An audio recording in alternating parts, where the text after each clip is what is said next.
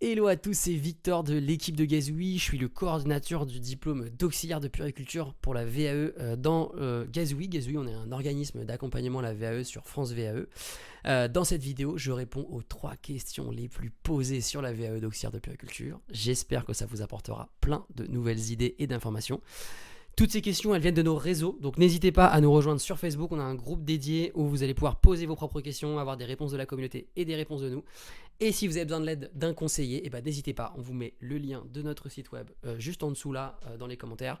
Et sur la vidéo, vous pouvez cliquer, prendre rendez-vous avec un membre de notre équipe et on répondra à vos questions. Je souhaite passer ma VAE AP, mais là je sèche. Je ne sais pas où regarder m'inscrire ou même commencer et le fonctionnement.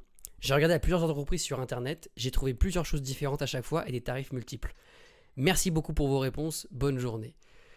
Participant anonyme, merci pour ta question. Alors effectivement, la VAE d'AP, il y a plein d'informations qui circulent et c'est dur d'y voir clair. Donc concrètement, pour bien répondre à cette question, la première étape que vous avez vous demander, c'est est-ce que vous travaillez dans la fonction publique ou est-ce que vous travaillez dans la fonction privée, dans l'associatif, etc.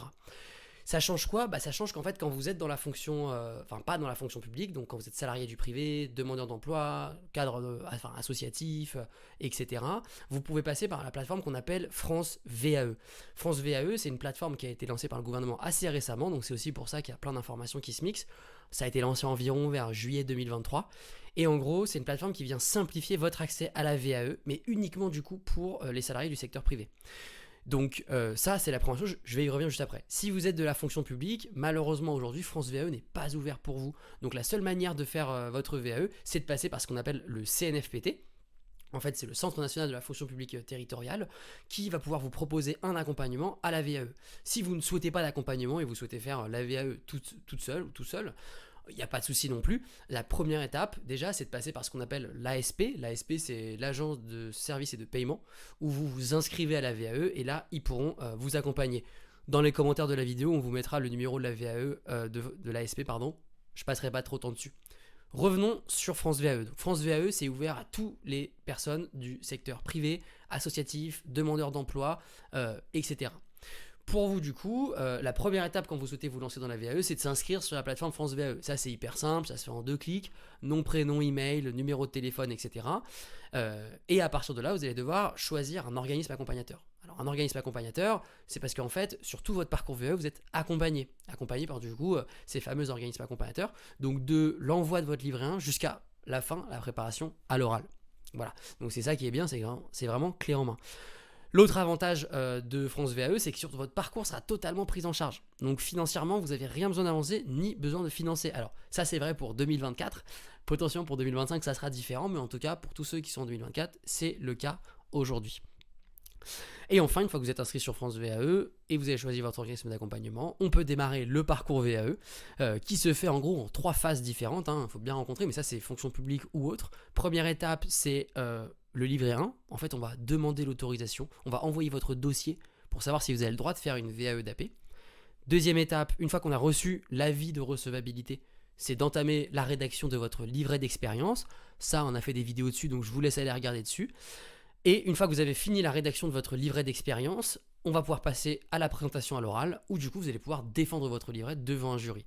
À l'issue du jury, vous avez plusieurs possibilités, soit la validation totale, donc là vous avez le diplôme et c'est bon, soit ce qu'on appelle la validation partielle, vous avez validé une partie des blocs du diplôme et il vous en reste à valider, soit c'est une non-validation, où là du coup, vous devez repartir depuis le début.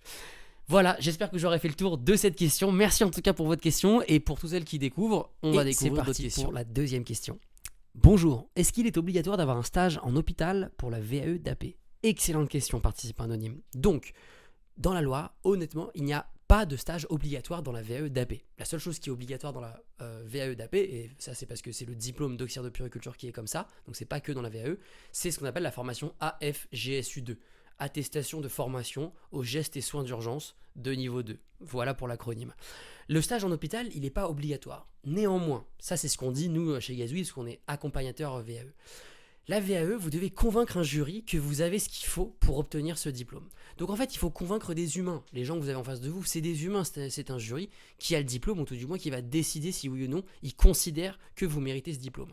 Donc en fait, moi je dis toujours que ce stage, il n'est pas obligatoire. Néanmoins, il est extrêmement conseillé. En fait, on vous le reprochera jamais d'avoir fait un stage. Et puis surtout, au-delà du fait que dans la VAE, ça peut vous aider, en fait, de faire un stage à l'hôpital, ça peut vous permettre de découvrir ce monde. Si vous n'êtes pas du tout de là-dedans, par exemple, si vous êtes à centre maternel ou si vous travaillez en structure petite enfance, vous ne savez pas trop à quoi ça ressemble un hôpital, ça vous permet de savoir.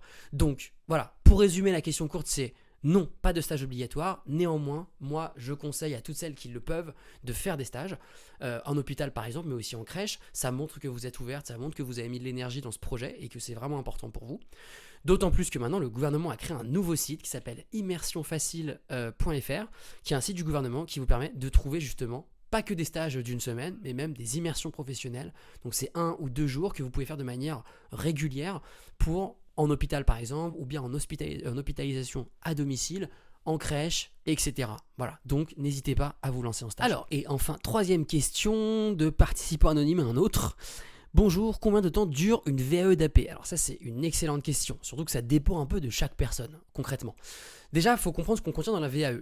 Vous l'avez vu dans la première question, la VAE, c'est 3 phases en fait. Vous avez le livret 1 d'abord, vous avez le livret 2 ensuite, puis vous avez l'oral. Voilà. Le livret 1, aujourd'hui, en fait, ça se fait un peu de manière immédiate, quoi. C'est extrêmement rapide. Si vous avez rendez-vous, par exemple, nous chez Gazouille, on fait le livret 1 extrêmement rapidement avec les candidats parce que ça s'envoie vite. Voilà. On envoie, après on a un délai incompressible.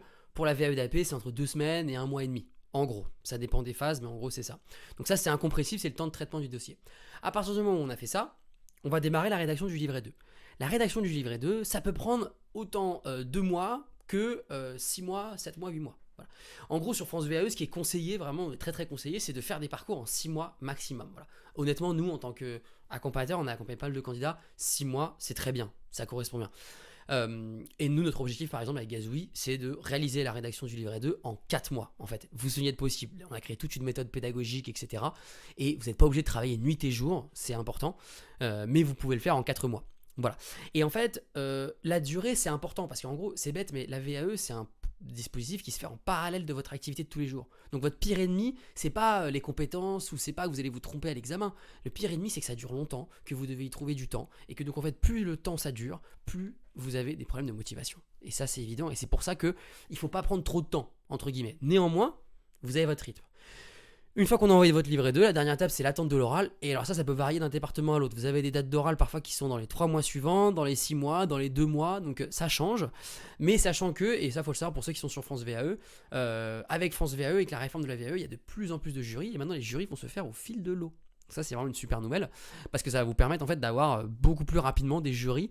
Et voilà, mais pour l'instant l'ASP est encore en train de monter en charge pour le permettre.